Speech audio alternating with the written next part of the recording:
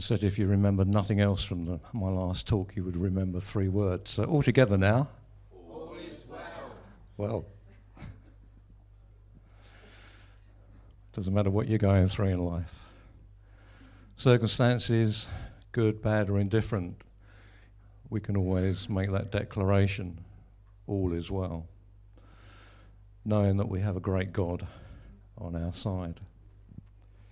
It's not a false hope, it's a declaration that is said in faith. We believe it, and faith is the expectation of good things. Faith is the substance of things believed, the assurance that comes with that faith. Yes, all is well. It may not appear that way, but all is well. And God can work in that situation because he will honour our faith. It's a challenge. I'm not saying it's easy, but I do think we have to get into that sort of mindset, and whatever we're going through, just that declaration, all is well. This morning I want to look at the wrong view of God, and it's taken from the book of Ruth. And many of you will know the book of Ruth, the story. We go to the Ruth 1, verses 1 and 2. In the days when the judges ruled, so there's a book in the Bible called Judges, when various judges ruled, and it's recorded in the book of Ruth that these events took place during that period of time. In the days when the judges ruled, there was a famine in the land. So a man from Bethlehem in Judah, together with his wife and 2 sons, went to live for a while in the country of Moab. The man's name was Elimelech, his wife's name was Naomi, and the names of his 2 sons were Mahlon and Chilion. They were Epaphrathites from Bethlehem, Judah, and they went to Moab and lived there. We go to the next slide, please. Now Elimelech, Naomi's husband, died, and she was left with her 2 sons. They married Moabite women, one named Orpah and the other Ruth. After they had lived about 10 years, both Mahlon and Chilion also died, and Naomi was left without her 2 sons and her husband. So we have Naomi married to Elimelech. They live in the land of Canaan. There's a famine hits the land. They decide to leave, go to the land of Moab, and they take their 2 sons with them. And their 2 sons marry Moabite women. Elimelech dies, Mahlon and Chilion die, so Naomi is left with her 2 daughters-in-law, Orpah and Ruth. And so they're in the land of Moab for about 10 years, and then we come to Ruth 1:6. Next slide. When Naomi heard in Moab that the Lord had come to the aid of his people by providing food for them, so the Lord had blessed the land of Canaan, had blessed the people of Israel, Naomi and her daughters-in-law prepared to return home. So they've been in Moab for 10 years. She hears that things are now better and decides to go back home to the land of Canaan, to her own people, the Israelites.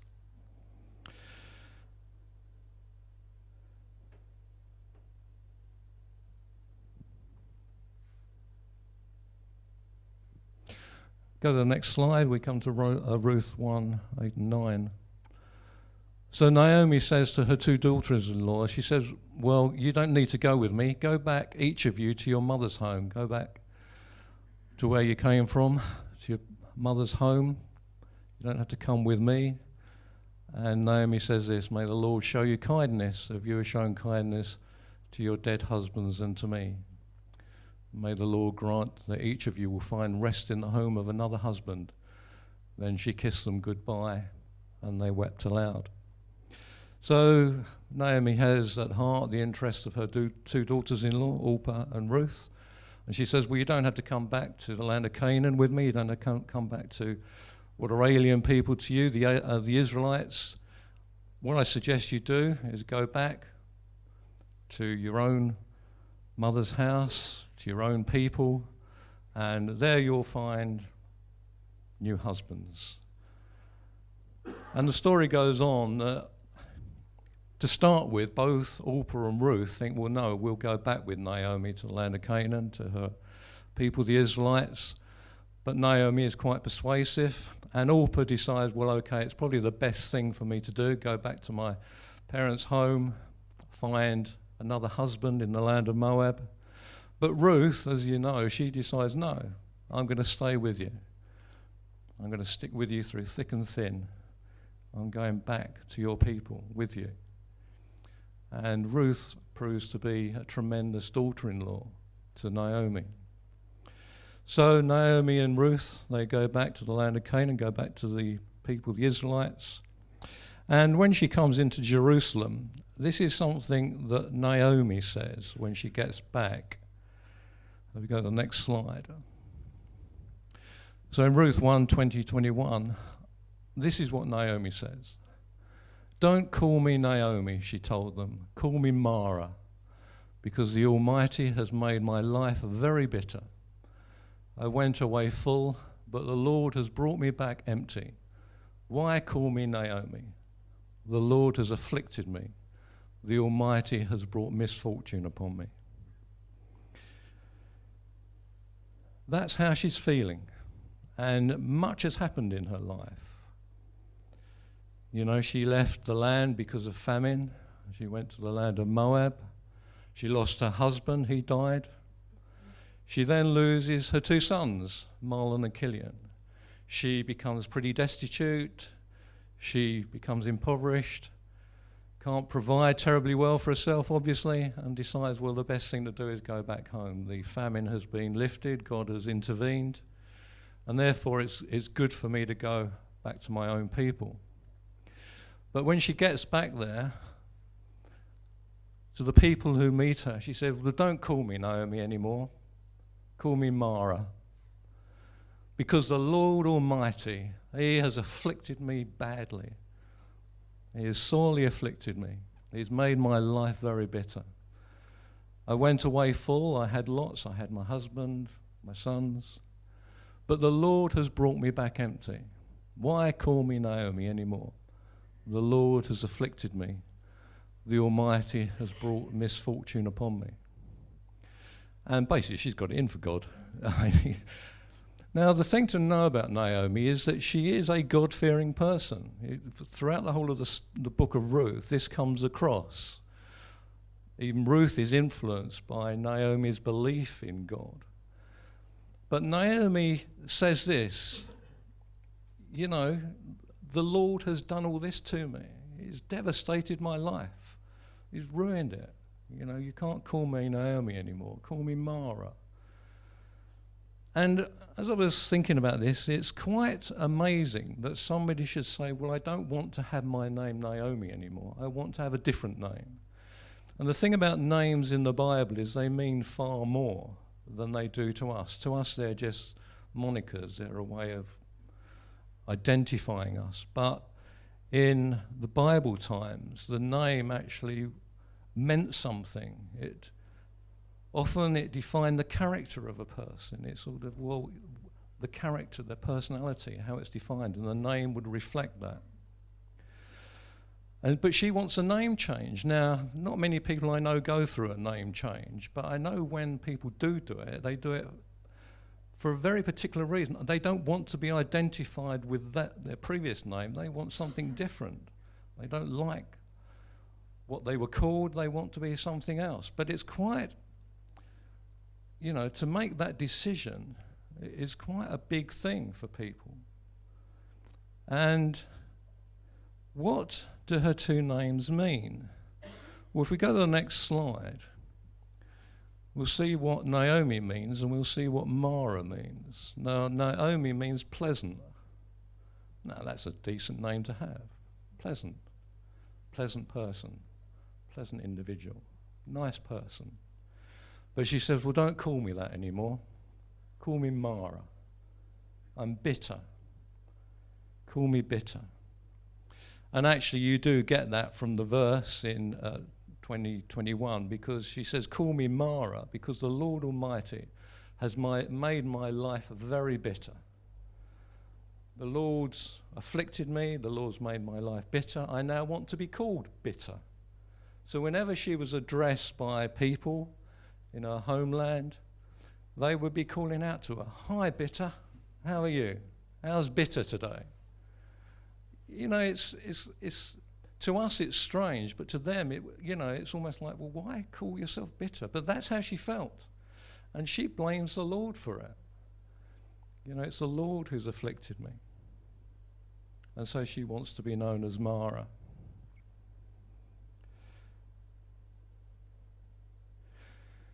So she's blamed the Lord. And she said, the Lord has made my life bitter. Now, the question I would raise this morning is that verse a correct statement about God? It's recorded in Scripture, and it's very easy to read that verse and think, oh yeah, you know, when people go through devastating times in life, well, it's the Lord who's done it. The Lord has caused these problems. The Lord has brought this destruction into my life. But is that true? And this morning, I just want to look at other aspects of Naomi's life and what she and Elimelech did and things, and just think, well, was it the Lord who really got you into this situation? Are you justified in accusing the Lord of bringing this all upon you? Now, she has two sons. Elimelech and Naomi had two sons. One's called Mahlon and one's called Kilian. Now, if we go to the next slide, you'll see what these Hebrew names mean. Mahlon means sick, and Kilian means pining, wasting away. Now, I wouldn't say that was a great start to a person's life, to call your kids those two names. Why? We don't know. It's not recorded. But bearing in mind what happens to those two boys in the fullness of time, it sort of comes to pass. How would the kids have felt continually being called by names? You know, hey sickly, how are you today? Well, hey sick, come here. Sickly, what are you doing? Remember, words are important. That's what we've been going on about. And when you call a person by their name, words are coming out of our mouths. And the tongue has the power of life and death, Proverbs 18:12. So it's for the parents to continually say that to their sons, for the brothers to say it to each other, for friends to say it to them. Hey, you're wasting away. Come here. Hey, wasting away. What are you doing today? Wasting away. Stop that. I mean, that to me just is not right. You can't give kids those names. Words are important. And yet they gave them those names. You have to arrive at your own conclusions on that. But for me, I would think that Naomi and Elimelech are not calling their sons very good names whatsoever. It's not a declaration that God is evident in their life. Naomi was blessed with a very good name, pleasant. Even Elimelech is a very good name because it means my God is king. But to be called that, and you often see that with the names in the Bible, to have a particular name defines your character, the way you see life, and to have a name that says, my God is king. My God is king when you're spoken to, when you're called by name. How powerful. But it didn't go down to the next generation. As I say, to call your sons sick and pining and wasting away, not a good start.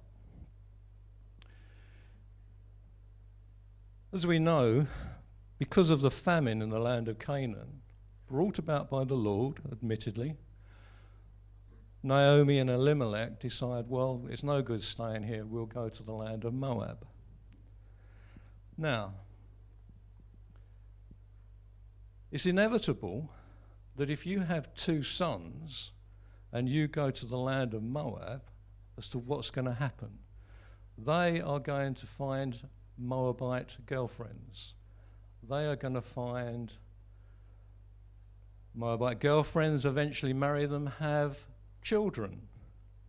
But look what's recorded in the Bible. This comes from 1 Kings 11, 1 and 2, and it relates to Solomon.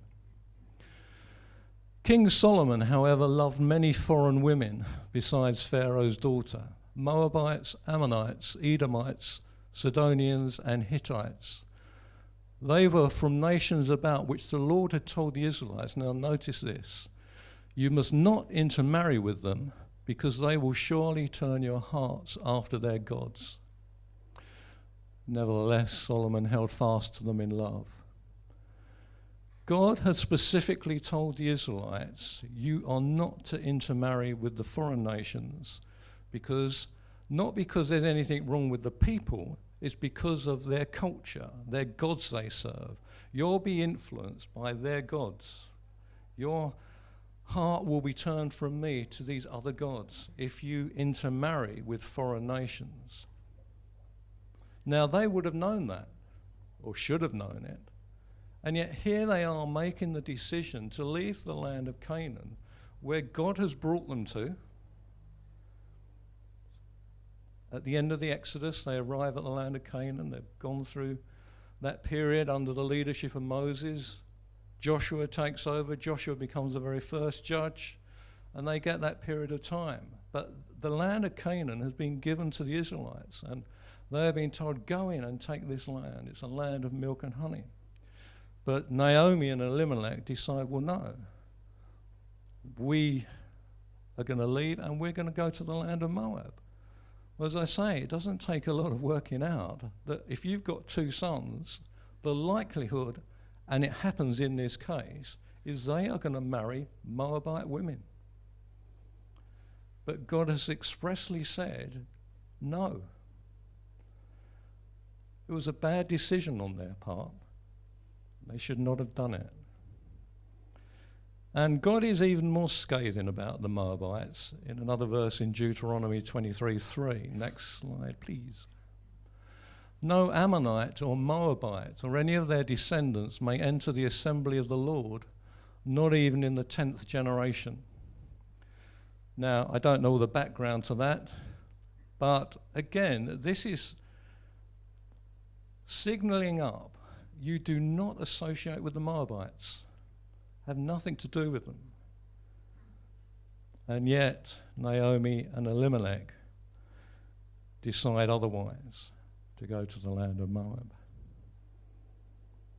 You see, they're making bad decisions, bad choices, unhelpful choices, unhelpful decisions. We continue the story, and come to Ruth 2, verses 1 and 2. Now, Naomi had a relative on her husband Elimelech's side, a man of standing from the clan of Elimelech, whose name was Boaz. And Ruth the Moabite said to Naomi, let me go to the fields and pick up the leftover grain behind anyone whose eyes I find favor. Naomi said to her, go ahead, my daughter. And here we get some very important information about Boaz. Boaz is a man of standing. In some translations we'll say he's a man of wealth. Some say he's a man of position. Some say he's a man of influence. But however you look at it, he is a man of standing. He is a man of influence and position and wealth. And Ruth says to Naomi, let me go to the fields to glean. You know, they're so poor that Ruth has to glean in the fields, go after the harvester, picking up what they left or dropped. They're very reliant on farmers just leaving corn in the field. And that was a requirement actually laid down by the Lord in earlier books of the Bible, that they were supposed to do that the poor people could actually go out and glean and provide for themselves. And if we go to the next verses in Ruth 2, verses 3 and 4. So Ruth went out, entered a field, and began to glean behind the harvesters. As it turned out, mighty coincidence here, but praise God for that, she was working in a field belonging to Boaz, who was from the clan of Elimelech. Just then Boaz arrived from Bethlehem and greeted the harvesters, "The Lord be with you." And they replied, "The Lord bless you." That is a tremendous little cameo of the life of Boaz, of how he spoke to his employees and how they responded to him. That was his heart. That was his character. That was the way he spoke. Again, words. "The Lord be with you." And they replied, "And also with you." There's a bit of an Anglican joke there. So it was obviously a very bit of an Anglican joke. "The Lord bless you." But you see, Boaz speaks that way. "The Lord be with you." And they reply, "The Lord bless you." This is the way Boaz operates, the way he speaks to his employees, the way he lives his life.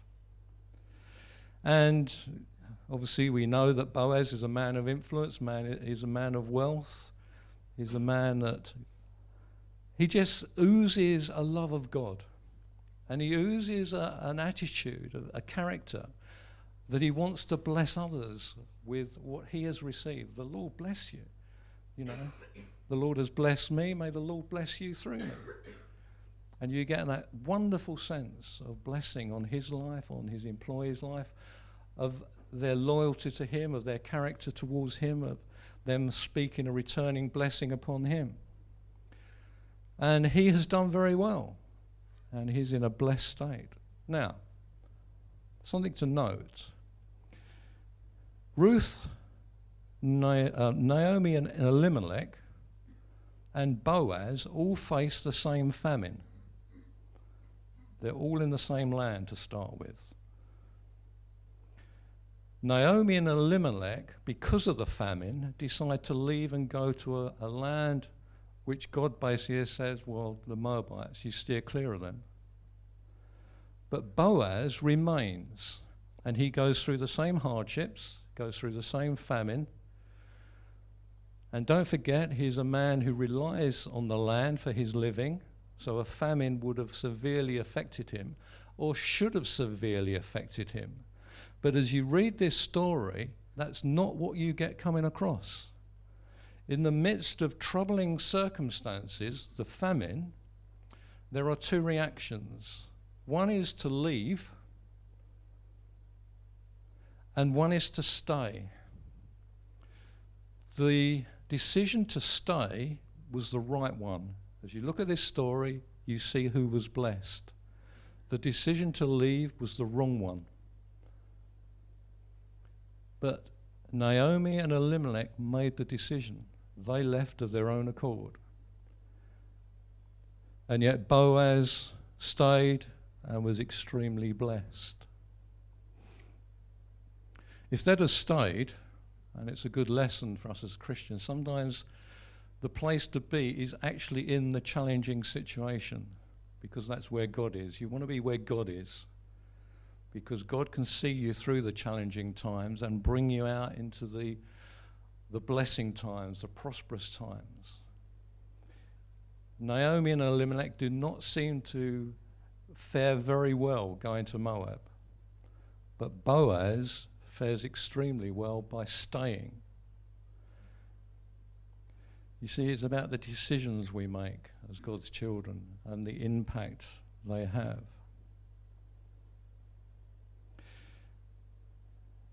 If we look at the next slide, which comes from Ruth 1:14 and 15, this is something else that Naomi says.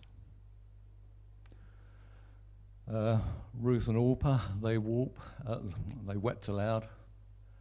Then Orpah kissed her mother-in-law, Naomi, goodbye, but Ruth clung to her. And Naomi says this, "Look," said Naomi, "your sister-in-law is going back to her people and her gods. Go back with her." Basically, she's encouraging Orpah and Ruth to go back to her own people. Go back there. Marry people from there. Go back to your own situation, your own circumstances, your own relationships, your own relatives. But I think Naomi makes an extreme mistake here, because I look at what she says. Your sister-in-law is going back to her people, and what else? Her gods. That is not a good move, telling somebody to go to a foreign god.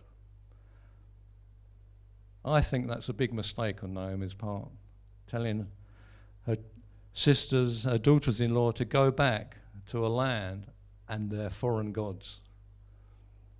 It gives an indication to a certain extent of Naomi's view of her own God. She's a godly person, but I think she has a very distorted view of God. And this is indicative, I think, this is a bad statement on her part, telling Ruth and Orpah to go back to their own people and their own gods. Their gods could not provide for them. Their gods could not help them, but the true God can. Naomi should have encouraged Orpah and Ruth to go back to the land of Canaan, to the true God, to the Israelites, to a place of blessing. But I don't think Naomi really has a right view of God and is so assured of his provision and his blessing as to want to take her daughters-in-law back there. That is a mistake. One of the severest things that occurs in her life is the loss of her husband, Elimelech, and her two sons. And one gets the feeling she blames God for the death of her two children and her husband. Hence why her life has become bitter and why she says it's empty. This really, to a certain extent, it can be understandable from the Old Testament point of view, because you don't have the full revelation. But what I wanted to show this morning is that under the new covenant, the reaction to the death and saying the Lord has brought it upon me is wrong. We go to John 10:10, you'll know this verse, but it's very applicable in this situation. The thief comes to steal, kill, and destroy. I have come that you may have life. You cannot blame God for death, because God is all about life and the enemy is all about death. She was wrong to blame God for the death of her two sons and her husband, because it's not God's domain, it's the enemy's domain. And just in case you really need sort of that to be reiterated, if you're the writer to the Hebrews in 2:14 and 15 writes this: "Since the children, us, have flesh and blood, he, Jesus, too shared in their humanity, so that by his death he might break the power of him who holds the power of death." Somebody holds the power of death, and we are told here who it is. It's the devil. And free these who all their lives were held in slavery by their fear of death. It is important to know that the enemy holds the power of death, or did hold it. Obviously Jesus has broken that. But it shows you where death originates. It's with the enemy. It is not with God. And this verse is probably the clearest verse you'll ever get in the Bible, I think, that Jesus came to break the power of him, the devil, who holds the power of death. So Naomi was wrong to blame God. Admittedly, she was perhaps seeing things through the Old Testament. We have the privilege of the New Testament. But one thing that I think is very important to point out is when we read the Old Testament, we must view it through the lens of the New. Because a lot of what is said in the Old, it's recorded of what people felt, how they felt, what they said, but it doesn't make it true in a theological sense. Naomi says that God has brought it all upon me. She is wrong. She has made bad mistakes. She has made bad decisions. She has said the wrong thing. She has attributed things to God which should not be attributed to him.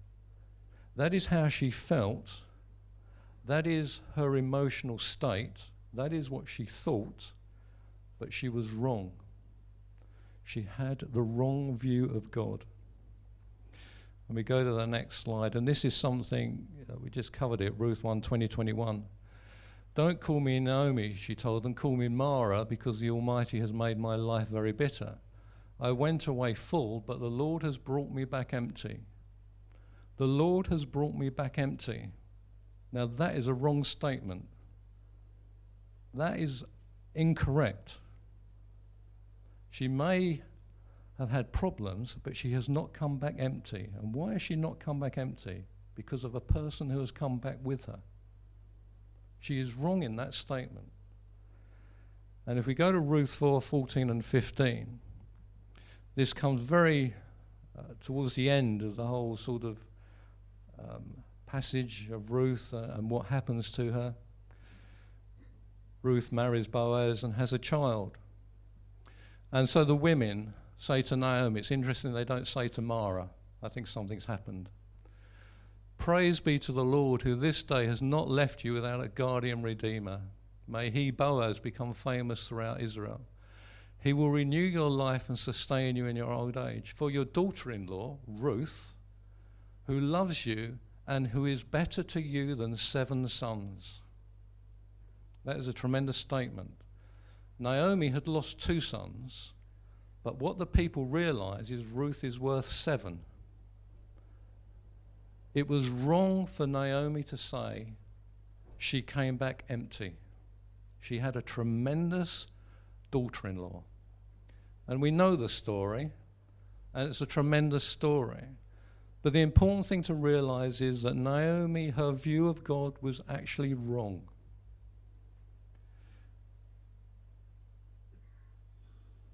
We have to make sure that our view of God is right. See God the right way.